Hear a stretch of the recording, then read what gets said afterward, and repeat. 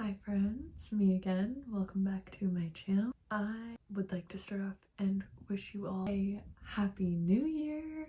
It is finally 2026. Honestly, I feel like 2025 flew by in the blink of an eye, but like, thank God. Goodbye 2025, bring on 2026. So, to send 2025 off, I decided that I would go through and do a tier list of all of the books that I read in 2025. My reading goal for 2025 was 30 books and I completed 31. I got a lot to say about these books. Maybe you'll get some new recommendations, maybe you'll take some things off your TBR.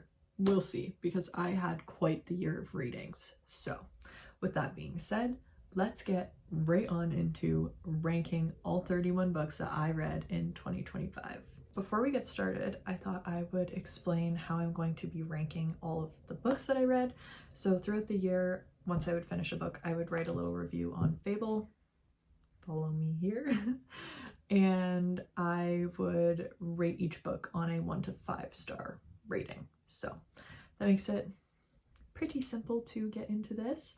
I'm gonna just explain quickly all of the categories that I have. They're pretty self-explanatory, honestly, but why not tell you guys anyways. So at the bottom of the pyramid, we have disappointed. That's just it. Above that, we have could have been better. I wasn't disappointed, but it could have been better. Then in the middle, we've got basic but good. Self-explanatory, basic but good. That's it. Above that, we've got absolutely fab. And at the very top of our list, we have stunning, jaw-dropping piece of art. I read a good variety of books in 2025. I really dipped my toe in a lot of different genres, and I've got a lot to say about the 31 books that I read. So that's my tier list. And now let's start putting some books into said list. To start 2025 off, I read Hopeless by Elsie Silver. This is the fifth and final book actually, in the Chestnut Springs series. I loved this entire series. I started it in 2024, read the last book in January of 2025, and it was absolutely fab. It was fabulous. I liked it a lot. I liked the book a lot. I loved Bo Eaton. Girl, he had me blushing. I loved Bo Eaton. This book is about a local war hero and his fake engagement to the local outcast girl. So I enjoyed that trope, if that's what you'd call it. I enjoyed that a lot. I think by the end of the series, I just was kind of bored with the romance. You could, predict what was gonna happen. Usually you can in a romance book. So I gave it 4 stars. She was fabulous. I liked it a lot. Would highly recommend the series. And just a side note, I am praying to God that Elsie Silver releases a book for Harvey. I know she says she's not gonna do it.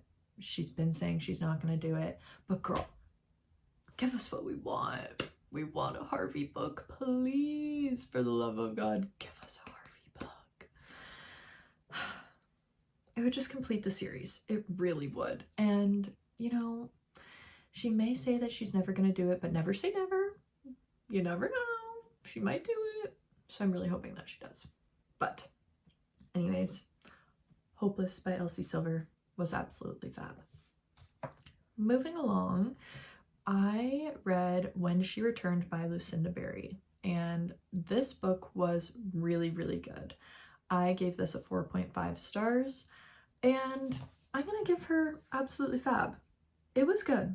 I really enjoyed it. It would have been 5 stars for me had the author put more thought into telling us about Kate's day-to-day at Love International. It's a really great book, super cool concept. You follow a mother who disappears and returns after years of being gone, and you find out that she was actually in a cult while she was gone.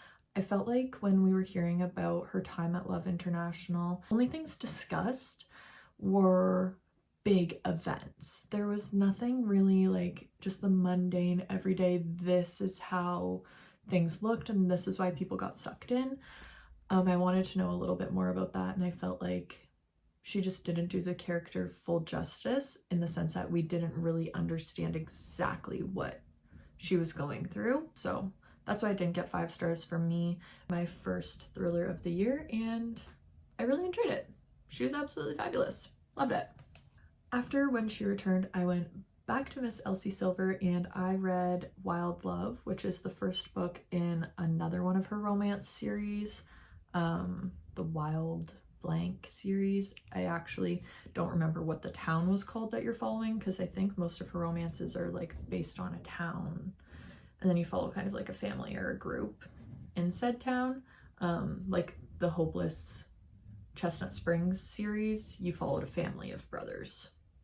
This one, I honestly only read the first book, so I don't really know what you're following or who, but I gave it 4.5 stars. I would say now, looking back, it's more of like a 3.5 to 4 star read for me. Elsie knows how to create lovable characters, and that's just a fact. Her characters are always really lovable, but it just felt a little repetitive for me. I don't know if it's because I had just come off of the Hopeless book and the Chestnut Springs series, but it just felt like I knew where it was going to go. And honestly, the sex scenes, they were a little much. Like, I had moments where I felt like I was kind of cringing and like needed to skip through some stuff because it just felt like a lot. So for that, I'm gonna give her basic but good. It was good. Felt like her other romances, wasn't really a super fan of it. I haven't picked up another one of her books since. And honestly, I hate to say it, but I probably won't.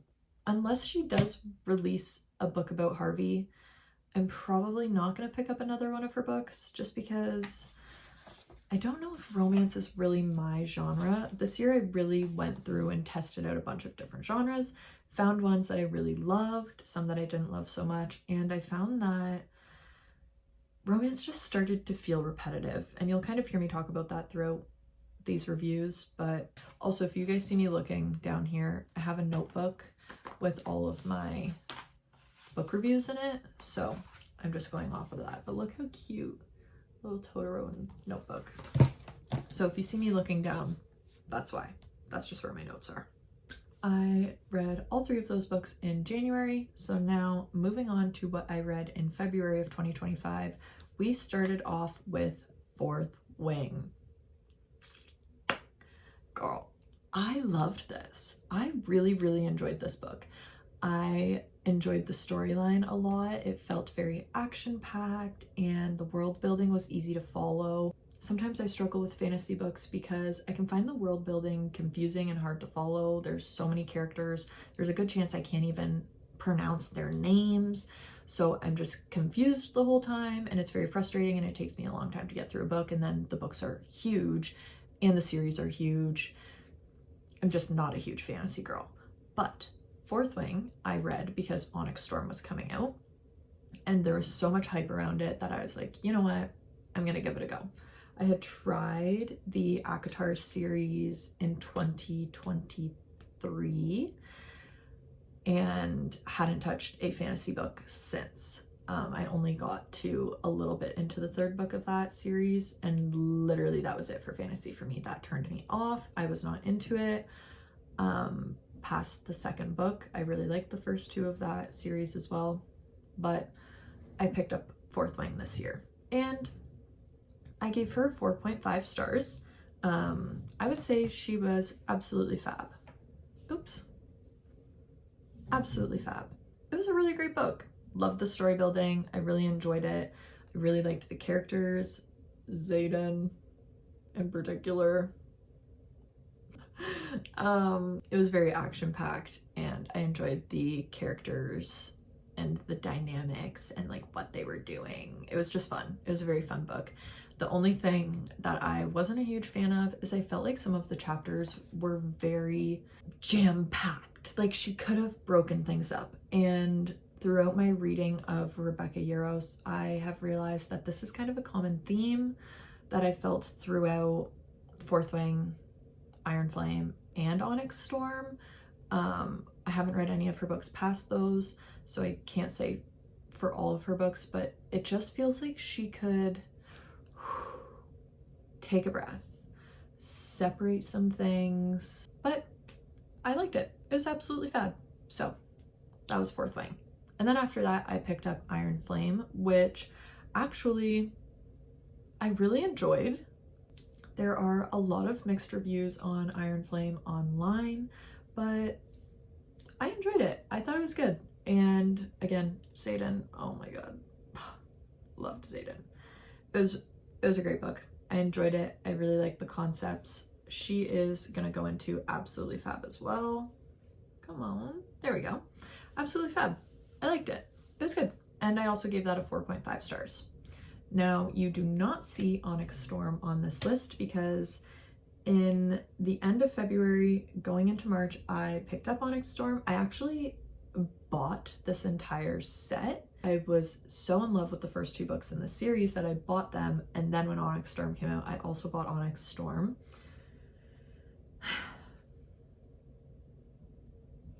All of March, I tried to read Onyx Storm, and I couldn't do it, like, at all. I can actually show you. I will show you how far I got in Onyx Storm in 1 month. That's how far I got. I made it to page 197 of 527, so not very far at all. I couldn't do it. Honestly, I was extremely disappointed in that book. I know it's not on here, so I'm gonna try and keep it quick, but I just need to mention that that should have been 2 books. Why did you put 2 different storylines into 1 book? It was confusing. There was way too much going on. You couldn't keep track. There were too many characters. Way too much going on. Very disappointed in that book, and I wish that she broke it up into 2. So that's all I gotta say about that. Anyways, moving on. I completed no books in March thanks to Onyx Storm, so shout out Rebecca Yarros for that. Missed month.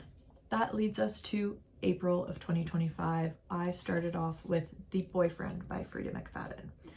And when I read this, I gave it 5 stars because it's a Frida McFadden book. Duh. This was very much how I was feeling going into 2025 because I did really love her books in 2024. But looking back, would I give The Boyfriend 5 stars? No, I wouldn't.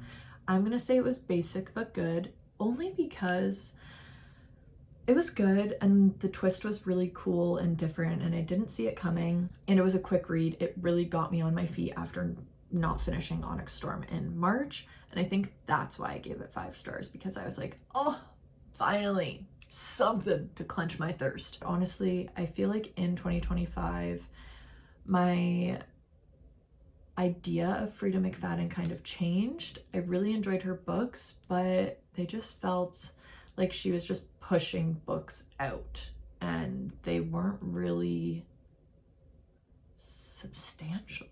They're very twisty and good, but I don't know. I'm gonna give it basic but good. Her books kind of seem to have fallen off for me this year. Not as great as the ones that I read in 2024, which leads me to Want to Know a Secret, which I put 3.5 stars on. It was a cool idea, but I was kind of bored, honestly. Like, we're just gonna keep tormenting. No, it could have been better. Want to Know a Secret, it could have been better. I was bored. And then that was what I read in April. Just The Boyfriend and Want to Know a Secret. That was all I was able to handle for April. I did not complete any books in May either because I picked up The Nightingale by Kristen Hanna, and this book was big. And not only was it big, but very out of my comfort zone. I've never, up until this point, had never read really anything literary fiction. This was like my first intro to a literary fiction book, and it was also historical based, plus I believe written from a narrator's perspective. I find those perspectives, like narrator perspective or like third person, to be a little bit hard to read. Like I like when I'm reading from somebody's point of view, like from first person. It was a little bit hard to get into. I found it kind of slow at the start, but it did get really good. It was very emotional. I felt super connected to the characters by the end, and the end was completely devastating. I did cry at the end of this book. I'm very glad I finished it too. It felt like a huge accomplishment to finish a historical fiction and something big. I really enjoyed it. And I'm going to say The Nightingale by Kristen Hanna was absolutely fab. It was really good and I liked it. It was something different. I have some other Kristen Hanna books on my TBR. I would like to read them, but the size of her books is very intimidating, especially after reading The Nightingale and having a hard time getting into it. We'll see, but that was absolutely fabulous and I loved it. It was great. Next up this was June, right. Next up for June, I have In 5 Years by Rebecca Serley. This book, I gave a 2.5 star rating. And that, in my opinion, is being generous. This book, in my opinion, was horrible. I was disappointed. I'm going to just drop it there right now before I get talking, because I was disappointed. I didn't like the female main character, to be quite honest. I thought that what she was doing was not girl code, not my vibe for a friendship dynamic. In this book, you follow a girl and her best friend who is very sick, or who gets very sick. I can't even fully remember everything that happens. She gets very sick, finally finds this man that makes her super happy, and the best friend is also in communication with this man because the mutual in the middle sick girl is sick, and they're trying to do things for her. And then the ending of the book, let's just say if my best friend did that to me after I was no longer present, I'd be haunting that bitch. I would. Because that same night, it just doesn't sit right with me. I didn't like it. Disappointed I was disappointed. And speaking of disappointed, we have The Tenant by Frida McFadden. Also disappointed. I gave it 2.5 stars. It felt predictable, and I really was on this train of Frida is just pushing out books because she's popular right now, and she's just banging out all these books. She put out so many books in 2025 that it just felt like rushed and predictable, and I just wasn't into it. So, The Tenant by Frida McFadden, disappointed. And that's all that I read for June. So, 2 disappointing reads in June, but what can you do? It happens. But the opposite of disappointing was my first read, my first and only read actually for July. I read Eat, Pray, Love by Elizabeth Gilbert. This is a biography, and this book actually found me when I needed it, like badly needed this book without even knowing that I needed this book. I like to check my local free library, and this was sitting in there, and I had just mentioned to a friend that she should watch the movie. She was just going through some stuff, and I was like, from what I remember from being a kid, like, this movie was really great for the things that you're going through and you should watch it. And then literally like 2 days later, I was walking past the free library and there's Eat, Pray, Love. And I was like, this is so bizarre because I maybe watched the movie when I was like 12 and hadn't thought about it since. And this year was very hard for me, but transformative in a lot of ways as well. And this book brought me so much comfort in a hard time of finding myself, and it was incredible and taught me a lot of really beautiful lessons exactly when I needed it. So Eat, Pray, Love was my first stunning, jaw-dropping piece of art of 2025, and also the first biography that I read, which I really enjoyed. It was very different than what I was used to, but I loved that I was reading somebody's real life. Like, this was her actual story, and she really did these things to better herself, and it was just such a beautiful story of finding yourself and indulgence and love and everything working out exactly how it's meant to. So I absolutely loved Eat, Pray, Love. Literally changed my life. I was crying. It was stunning, jaw-dropping piece of art. Nothing else to really say about it. Highly, highly, highly recommend if you are trying to find yourself. Pick up Eat, Pray, Love. It's really great. And I took my time reading it. I took all of July to focus on Eat, Pray, Love, and it was incredible. I actually have it sitting right there. I loved it. It was a great book. Hi, Jeej. Come in and hang out. And then on to August. Again, another free library find. I found Orange is the New Black, a memoir written by Piper Kerman. It was a good book. I rated it 4 stars. It was good. Very different than what I was expecting because I did watch the show Orange is the New Black in high school and I loved it. One of my all-time favorite shows. And the book was not like the show. I mean, to be expected, that was like a dramatized series, right? But it was a good book. It was interesting. It was nice to know the true story of Piper as a Orange is the New Black fan, and I liked it. So I'm gonna put it in absolutely fab, because really it wasn't basic at all. I'd never read anything like that before. And I think it's really cool that Piper took something tragic and terrible thing that, you know, not only happened to her, but she did, and she was a part of something that she shouldn't have been, and instead of just wallowing in that, she wrote a book and kind of like made a legacy for herself out of it, which is really cool. So I liked it. It was very good.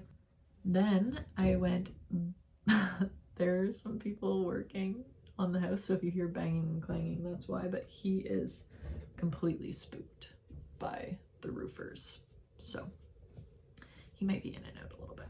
But then I went back to romance. I can't remember if this was a book club read and that's why I got into it, or if it was just popular and I had heard a lot about it, so I tried to pick it up. Starting off with Twisted Love by Anna Hang? I don't know how to say her name, to be honest, but Twisted Love. 4-part series, I believe. This was book 1, and honestly, I'm debating, like, it could have been better. Or was I disappointed? I think it could have been better. I gave it 2.5 stars. Because the book, I didn't feel really any character growth. I honestly didn't like the male lead. He felt very aggressive and icky to me. I didn't like him. I didn't like his lying. I didn't like any of that from him. And there was no relationship buildup. I was really expecting a big emotional buildup because it was like the dark ex-sunshine trope. But there's none of that. It was literally bland, boring, didn't like it, didn't like the male main character. He was way too aggressive in all aspects. And the way he spoke, the way he acted, the lies, and in the bedroom. It was icky. I didn't like it. And it's actually going in disappointed. Twisted Love, I was disappointed. Come on, girl, go in there. There we go. Disappointed. didn't like it. But I figured give number 2 a try, see how it goes. And number 2 got 5 stars from me when I read it. I really enjoyed it. I loved the male main in this one. The way that he protected our female main character would give me butterflies. I listened to a lot of this in an audiobook because I had a lot of driving to do that month, and I was completely obsessed, devoured this one. The twists were also crazy, like had my jaw on the floor. I felt like I was literally in a drama TV show. It was crazy. It was amazing. I really liked it. I am giving Twisted Games absolutely fab. It was really good. Loved the chemistry, loved Rise, loved it. It was great. I really enjoyed that one. And then I tried Twisted Hate because I was like, well, Twisted Games was a lot better than Twisted Love. Maybe Twisted Hate will be just as good. No, it could have been better, honestly. Felt repetitive. I liked the idea of like the secret past layer that was there, but it felt so repetitive. I wasn't into it. Yeah, just wasn't it. Could have been better. Leaving it at that. And I did not pick up the 4th book in this series. I honestly struggled to get through the Twisted Hate one. Not into it. Won't pick it up. Honestly, don't really recommend this series. You could probably read Twisted Games on its own. I think there's a little bit of overlap. There is definitely a little bit of overlap, the way that book 1 ends and goes into Twisted Games, but you could also do without reading this series. It's nothing special. That was everything that I read in August. So, September was a good month for me. September was good. We had some great reads in September. Started off with That's Not My Name by Megan Lally. This book, stunning, jaw-dropping piece of art. Hands down, incredible thriller. This was my first book by this author, and wow, it was amazing. I did not see that ending coming at all, just because the way that the author lays out the entire story is not how you would picture it to end. It was devastating. It literally made me cry again. Like, the best books that I read this year all apparently made me cry so far. That is actually a pretty common theme in this, but yeah, it was amazing. I was obsessed. It was giving very Good Girl Guide to Murder, which I loved that series in 2024. I read that entire series, except for the little novella, what's it called? When Rachel Returns or something, which I really want to read. That is on my TBR for 2026. But yeah, this book was amazing. Highly recommend if you enjoyed A Good Girl's Guide to Murder. Pick up That's Not My Name. It was incredible. And then we have I Who Have Never Known Men by Jacqueline Hartman. And this was recommended to me by a client. It was, again, another book that was a little bit out of my comfort zone. It was really good. This book is getting absolutely fab. I really enjoyed it. It was so different than what I had ever read. I've never read anything even remotely close to the way that this story was written. While reading, I did feel like the middle of the book was a little bit dragged out. It felt kind of long and winded, but then once you get to the end and you understand what's going on, you really get why she played it out like that and why it was stretched out, because it had to be, to understand the full concept of what was going on here. And wow, the ending is incredible. It really just brought it all together in such a way that you would have never expected. You know, you're really rooting for them to succeed and make it out of this situation. I'm trying to like say things about these books without giving anything away in case, you know, anyone wants to read them, but it's basically like a post-apocalyptic book. I'm not gonna go into it too much because I really don't know how to talk about it without spoiling it. It's a book that if you are into literary fiction, I highly recommend. It was really good. She was absolutely fabulous. and I gave that 4 stars when I read it. Next up, we have Verity by Colleen Hoover. This was the first Colleen Hoover book I've picked up in a long time, and honestly, it was stunning, jaw-dropping, beautiful piece of art. It really was. It was amazing. This book I have been recommended for a long time. I just never picked it up, but they're turning it into a movie, so I was like, you know what? I'll read it because I'm gonna want to see the movie. And wow, it was so good. I was literally hooked right from the start. I didn't see any of it coming. Like the twists that happen, the storyline that plays out, it was so creepy and dark, and you can just tell that something is very, very wrong. And the way that it ends is insane. It leaves you with a lot of questions and very little answers. So I'll just say that. I was in a little bit of a Colleen Hoover mood after reading Verity because I didn't know that she wrote thrillers like that. I had only ever read like her more romancy style books, which are still twisty for romance, yes, but this was very thriller, a little less romance. There's still romance, but it's not mainly romance. So I picked up Too Late by Colleen Hoover, and I'm disappointed, like extremely disappointed. If I could put it lower, I would. When I read this, I gave it 3 stars, and that was extremely generous of me.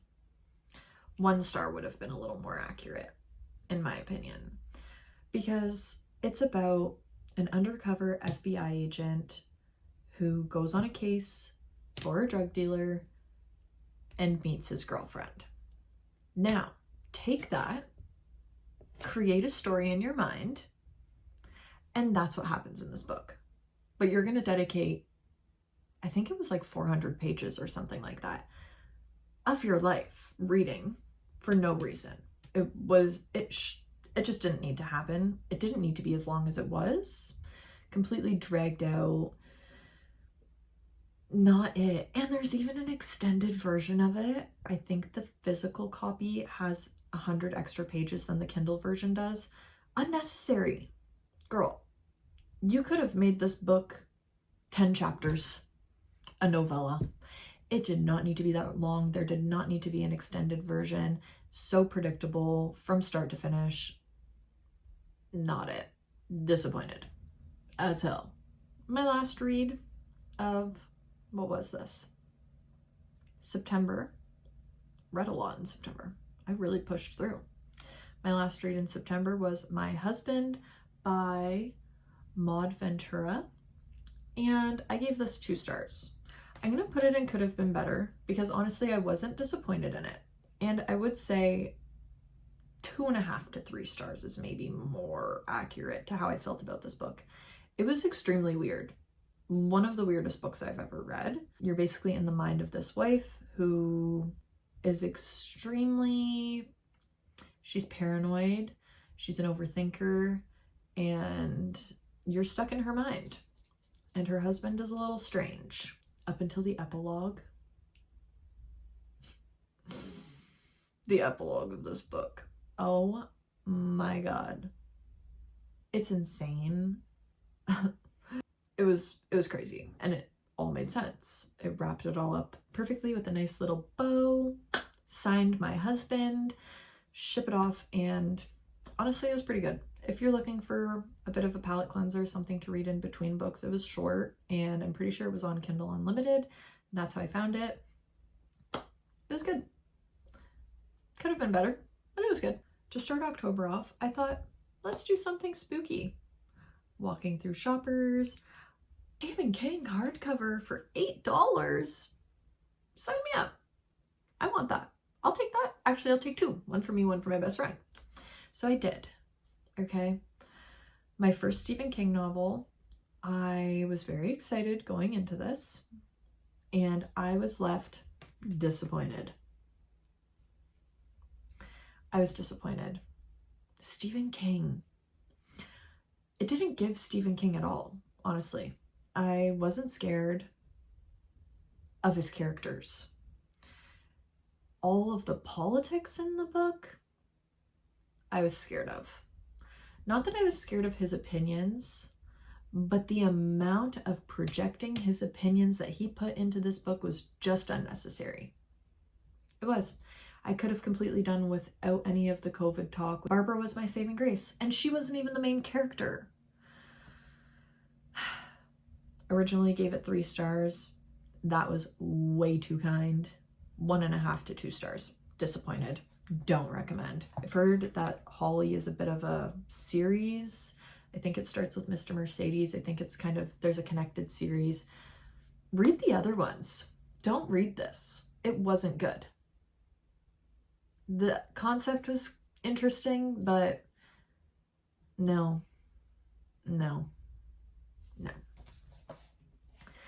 And then I had another disappointing read, and that was about Alice. This was a biography written by a husband about his late wife.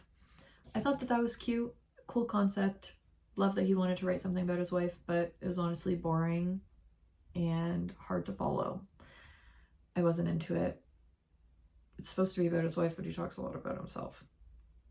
I don't know. Wasn't into it. Disappointed. It was another book that I found at my little library that was tiny, and I was like, I'll give it a try. A bit of a palate cleanser after Holly. No. So that's that. Not much to say there, honestly. Then my 23rd book of the year was The Summer I Turned Pretty by Jenny Han. And I gave The Summer I Turned Pretty 5 stars originally. I'm gonna say that it's more of a 4-star, if that. It was good. The first book made me feel nostalgic. It was cute and lighthearted, and I liked it. I'm gonna say it was basic but good. So I did read this whole series, and then It's Not Summer Without You is where things started to go downhill for me with this series. I understand that we are reading about a juvenile story. Just felt so teeter-totter, back and forth, confusing. Didn't love it, and honestly I felt really bad for Jeremiah in book 2. I just felt like he was constantly putting himself out there and trying for Belly, which, side note, I hated that was her nickname the entire time. I don't know why, it just literally drove me crazy. I didn't like it. But yeah, I felt really bad for him. He was trying so hard and just like constantly option 2. So I'm giving It's Not Summer Without You. Could have been better. It really could have. And then We'll Always Have Summer. Again, I felt so bad for Jeremiah. Like, my God. I just felt like he was getting played left, right, and center. Like, girl, I understand that you're a child, but then maybe like listen to the adults around you. You know, maybe don't just jump into big decisions at 17. Like, it just was a frustrating read, honestly. I didn't like, the ending was good because, you know, what's meant to be is what is, but you're left feeling so bad and kind of icky about it. It just didn't sit right with me, so it's getting could have been better. I think I rated that one 4 stars. Should it be? It could have been better. It was definitely better than the second one. Like, it was drama, which I liked. I did enjoy the drama of it. It was entertaining, but I felt so bad. Like, poor Jeremiah. Oh my God. He's gonna have trust issues for his whole entire life. I'm gonna bump it up to basic but good. Oop, come on. There we go. Basic but good. I would say it lined up with the first book. It is what it is. I mean, if you're looking for something lighthearted, I guess go for it. Just keep in mind it's very juvenile. You are on an emotional teeter-totter the entire series, and I was very frustrated with our female main character. the entire series. I wanted to just like shake her and be like, just slow down, slow down. So that was the summer I turned pretty series, in my opinion. Sorry, I feel like that was a little controversial, but to make up for it, I loved the drama aspect, so it wasn't all bad. On to the last series that I read in 2025, which was the Hunger Games series. I read the Hunger Games series from the first book all the way to the most recent 2 releases. I had never read the series before. Actually, I shouldn't say that, because I think I read the first Hunger Games book for like a book report when I was really young. So while I was reading it, some things felt kind of nostalgic and like I had been here before, like a deja vu feeling while reading, but I didn't remember all of it. And I had never read the other books or watched the movies. So this was like a whole experience for me, my first time experiencing this series from start to finish. And the Hunger Games, it was absolutely fabulous. I loved it. I gave it 5 stars. It's a classic. Is it absolutely fab, or is it a stunning, jaw-dropping piece of art? I'm gonna say it's a stunning, jaw-dropping piece of art. It's classic. It's classic. It can't just be absolutely fab. No, it can't. Which leads me to Catching Fire, which I feel like I can't put them all in stunning, jaw-dropping piece of art, because it was great. It was a really, really great series and I did really enjoy it. But there was something about it that I was like, it's great. It's not my favorite. You know? It's great, but it feels a little repetitive here. So Catching Fire, I'm gonna give absolutely fab. I don't know if I would put the Hunger Games with books like Eat, Pray, Love. No, I wouldn't. I think I'm gonna have to put Hunger Games here with Catching Fire in absolutely fab. And same with Mockingjay, honestly. They were great. Don't get me wrong, loved them, rated them all 5 stars. But I think I rated them all 5 stars because they're classics, less because of how I genuinely felt about the series. Book 1, incredible, loved it, loved the character building. Book 2, really enjoyed it. A little bit on the repetitive side here. Didn't really feel all that new. Mockingjay, incredible, loved the District 13 aspect, really enjoyed it. The ending was insane. I loved it, loved it. So it was a fabulous series, is what I'm gonna say. Which leads me to the Ballad of Songbirds and Snakes. This was my 29th book of the year, and I really liked this one. I really did. It wasn't stunning, jaw-dropping piece of art. I don't think that it gets that category, but it was absolutely fabulous. I really liked it. Lucy Gray Baird, oh my god, I would have sold my soul for her. She stays so true to herself the entire time. She just like gets smarter, and it was very interesting to see Snow's becoming, but also his downfall. Like you really understand him through this book, and his character development is just crazy. It was so good. I really enjoyed it. I know there's a lot of mixed reviews online. Yes, it had a slow start. Yes, it was long. They could have given us a little more in the Hunger Games aspect, but the twists and the little things that happen throughout, incredible. I really enjoyed it.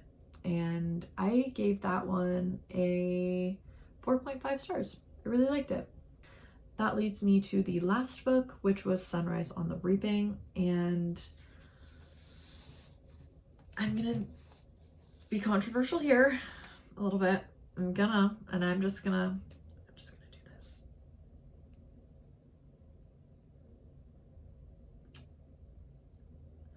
It was basic but good. It was just, I didn't, you know what?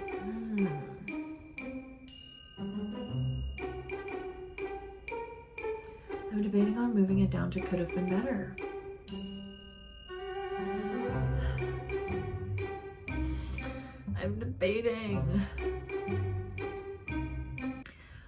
reason why I'm debating on moving it down to could have been better is because until part 3 of this book, I didn't really like it, honestly. I felt like it was slow, it was kind of boring, felt repetitive, and she was inserting so many characters from previous books, just felt like randomly, and I didn't like that. Like, I didn't think it was necessary. It created a confusing element where I was like, I know this name, but who?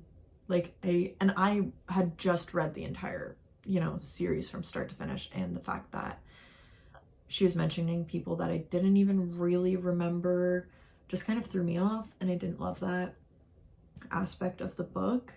But I think I'm gonna leave it in basic but good because the third part was incredible, absolutely incredible. And I loved the ending. Actually, I didn't love the ending because it was devastating and heart-wrenching, shattered my world a little bit. I saw something coming, but not that. The ending was crazy. I'm gonna leave it in basic but good because of part 3. That really made up for the book. Had part 3 lined up with how I felt about parts 1 and 2 of the book, it would have gone and could have been better. Maybe even disappointed. But I'm gonna leave it in basic but good.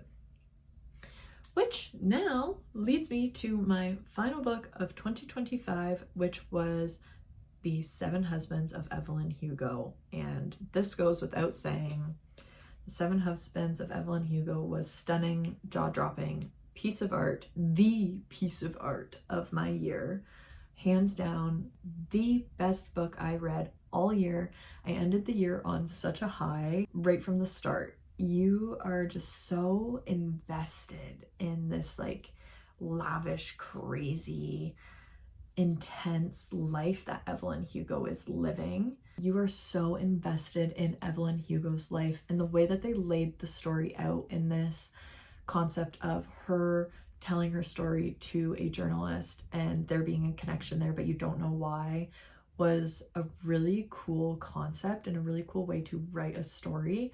It was so interesting because while you're reading, you're hearing Evelyn tell her story about all of her 7 husbands, but it doesn't feel like she's speaking it to Monique. It feels like you're actually there watching her live these moments. And I think that's so cool because then by the end of the book, you feel like you know what Monique wrote in her biography because it's almost as if what you were reading throughout was actually the biography that Monique wrote. So you're left with no questions on how did Monique portray her and what came of the novel. You just know because it feels like you read it as well, which is really cool. And Taylor Jenkins Reid absolutely killed it with this book and the writing style.